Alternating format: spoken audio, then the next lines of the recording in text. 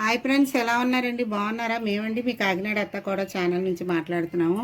ఈ రోజైతే మీకు సావిడాలు ఇగురు చూపిస్తున్నామండి, పచ్చి సావిడాలు. దానికి మేము పెద్ద 2 సావిడాలు తీసుకున్నామండి. కూర ఏ విధంగా చేయాలనేది చూపిస్తామండి.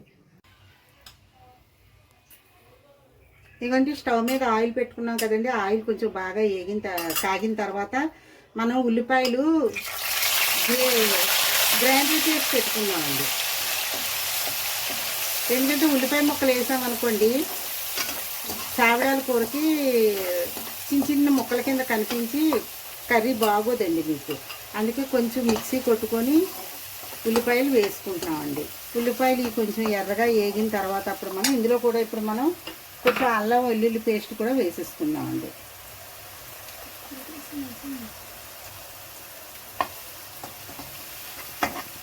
ఇదిగోండి, ఉల్లిపాయ అల్లం వెల్లుల్లి పేస్టు కొంచెం బాగా ఎర్రగా వేగనిద్దామండి. ఇదిగోండి, ఉల్లిపాయ పేస్ట్ అయితే మనం బాగా ఎర్రగా వేయించుకున్నామండి. ఎప్పుడు కూడా చేపలకు కానీ చేపలు ఇగురికి పులుసుకి కానీ మనం ఉల్లిపాయ ఎప్పుడు కూడానండి వేగింది ఉల్లిపాయ వాసన పోయింది అని వేయించుకోకూడదండి. ఇలా గోల్డెన్ కలర్ వచ్చే వరకు కూడా వేయించుకుంటే చేపల కూర అనేది చాలా టేస్ట్గా ఉంటుందండి. ఎప్పుడు కూడా ఉల్లిపాయ గోల్డెన్ కలర్ ముక్కలు వేయించుకున్నా పేస్ట్ వేయించుకున్నా మనం గోల్డెన్ కలర్ మాడిపోకుండా సిమ్లో పెట్టి వేయించుకోవాలండి. ఇప్పుడు ఇందులో టమాటా వేసుకున్నామండి, అలాగే పచ్చిమిర్చి వేసుకుందాం, అలాగే కొద్దిగా కరివేపాకు కూడా వేసుకుందామండి. ఇది కొద్దిగా పచ్చివాసన పోయేంత వరకు కూడా వేయించుకుంటే, ముందు వీడియోలో మీకు చెప్పాను, టమాటా వేపేటప్పుడు పచ్చిమిర్చి కరివేపాకు వేసుకుంటే మంచి వాసన అనేది వస్తుంది, సువాసన అనేది అని.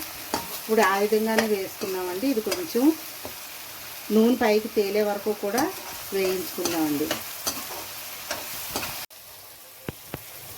ఇదిగోండి, టమాటా కరివేపాకు పచ్చిమిర్చి అయితే కొంచెం ఆయిల్ తేలేంత వరకు వేయించుకున్నాం కదండి. ఇప్పుడు కొద్దిగా కారం వేసుకున్నాము.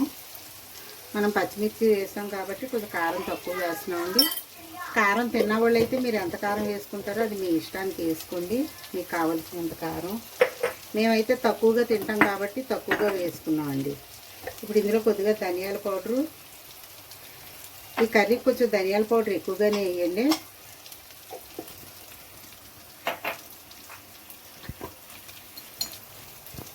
అలాగే పసుపు,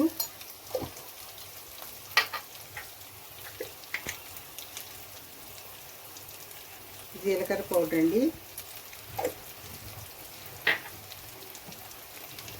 అలాగే ఇందులో కొద్దిగా వాటర్ యాడ్ చేసుకున్నామండి.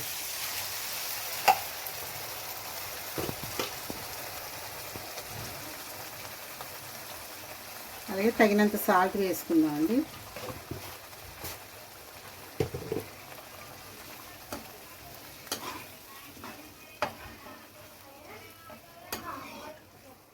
ఇది కొద్దిగా ఒక పొంగు వచ్చేదాకా కొద్దిగా ఉంచుదామండి. ఇందులోనే మనం కొత్తిమీర కూడా వేసుకుందామండి కొద్దిగా.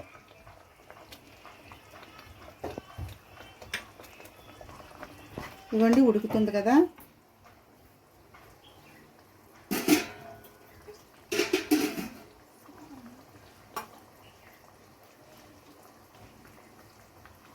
ఇక చూడండి, కొద్దిగా పొంగు వస్తుంది కదండి.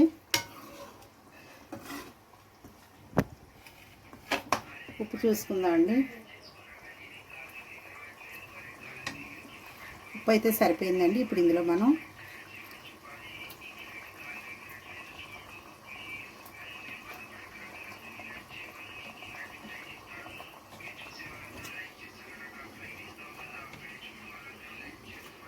ఇవి పెద్ద చేపలండి, చూసారా ఎంత దళసరిగా ఉన్నాయో.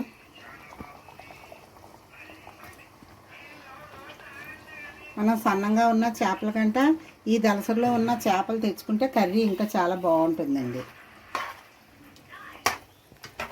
గ్రేవీ ఎక్కువ కావాలన్న వాళ్ళు అయితే కొంచెం వాటర్ ఎక్కువగా పోసుకోవచ్చండి. గ్రేవీ తక్కువ కావాలన్న వాళ్ళు అయితే ఈ వాటర్ అయితే సరిపోతుందండి. ఇందులోని ఈ గ్రేవీ కొంచెం దగ్గరగా అవనిచ్చి దించేసుకుందామండి. ఇదిగోండి, కూర అయితే బాగా ఉడుకుతుంది కదండి. ఇప్పుడు మనం ఇందులో కొద్దిగా కాశ్మీరీ కారం వేసుకుందామండి. ఈ కారం వేసుకోవడం వల్ల మనకి ఏం ప్రాబ్లం లేదండి. ఇది కేవలం కలర్ కోసమే వేసుకుంటాం తప్పించి ఇందులో పెద్ద కారం ఏమీ ఉండదండి. మనం ఆల్రెడీ ముందుగా కారం వేసేసుకున్నాము. ఇది కేవలం కలర్ కోసమే. ఇప్పుడు ఇందులో కొద్దిగా గరం మసాలా అండి. మళ్ళీ కొద్దిగా ఇందులో కరివేపాకు సారీ అండి కొత్తిమీర వేసుకుందామండి దీని మీద. చేపల కూరలోకి ఎప్పుడు కూడా అండి కొత్తిమీర ఎక్కువగా ఉంటే చాలా టేస్ట్గా ఉంటుందండి కూర. ఇది కాసేపు ఉడకనిచ్చి మనం దించేద్దామండి. కర్రీ అయితే అయిపోతుందండి. గరం మసాలా వేసాం కదా, అదే కాశ్మీరీ కారం వేసాం కదా, అవి కొంచెం పచ్చివాసన పోయేంత వరకు కూడా మనం ఇలాగ సిమ్లో పెట్టి మనం దించేసుకుందామండి. కూర తయారైపోతుంది. ఇదిగోండి ఫ్రెండ్స్, కర్రీ అయితే రెడీ అయిపోయిందండి. స్టవ్ కట్టేసుకుందాము. లాస్ట్లో మనం ఇందులోని కొద్దిగా నిమ్మరసం వేసుకుందామండి. సావిడాల కూరకండి లాస్ట్లో కొద్దిగా నిమ్మరసం వేసుకుంటే కూరలోని కూర అయితే చాలా టేస్ట్గా ఉంటుందండి.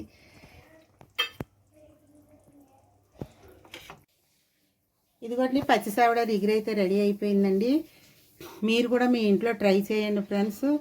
ఏ విధంగా ఉందో మాకు కామెంట్ బాక్స్లో తెలియచేయండి. పచ్చి సావిడాల ఇగురు ఈ విధంగా రెడీ చేసుకుంటే మాత్రం చాలా టేస్టీగా ఉంటుందండి. మీరు కూడా ట్రై చేయండి.